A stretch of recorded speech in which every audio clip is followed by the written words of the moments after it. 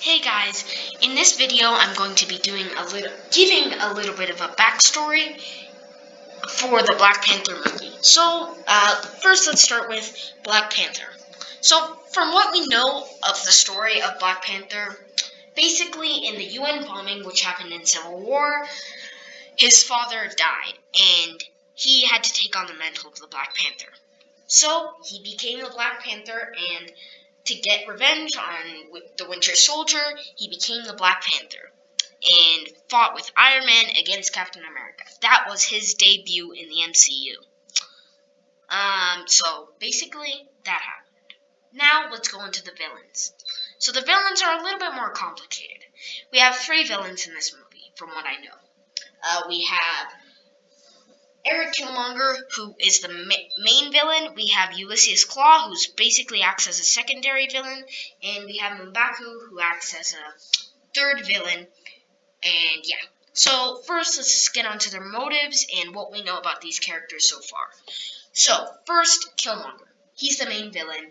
Basically, his backstory in the comics is that he was banished and his father killed. He was banished to the United States because his father rebelled on the Black Panther. So, that's basically what's happening with Eric Killmonger. And now he's coming back for revenge. He wants the throne. You know, he's gonna beat the crap out of Black Panther. He's gonna oppose him, the main villain. Second villain, we have Ulysses Claw. He made his debut in Avengers Age of Ultron when Ultron used his hand to cut off his arm, which was a weird scene because it really went against the comics, but whatever. So, we do not really know his motives. All we know is his backstory. His motives could be 2 things. They could be really complicated, like he wants the throne, he wants to kill Black Panther, or it could just be that he wants vibranium. In the comics, he has a little bit of both. A lot of the times he just wants vibranium. A lot of the times he wants revenge against Black Panther. In the comics, Black Panther blasted off his arm. Yeah, a little bit brutal there, but no. Finally, M'Baku, who wants to become king because he has a different political mindset. Black Panther basically wants to reveal a little bit of the Wakandan culture to the world. M'Baku, he doesn't believe that. He thinks that he should keep Wakanda concealed.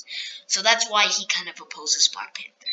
Another little side note is that I think that they're going to keep Ulysses Claw and M'Baku for future movies, and Killmonger will be either locked up or killed. That's just my theory.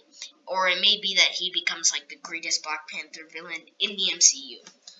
Anyway, so that's the villains. Now let's just start a little bit about the basic stuff in this movie. Basically, there's the Dora Milaje characters who are definitely going to be a big part because they're in Infinity War, and there's Shuri, who is Black Panther's sister. She has a Tony Stark intellect, but I'll do a more in-depth video of her later. But basically, that's all we know about those characters. There was a little bit of a Dora Milaje scene in Civil War, but that's basically all we know. The setting is obviously Wakanda, but with that is the Black Panther. Now I'm going to do a trailer analysis later in my next video. Thanks a lot.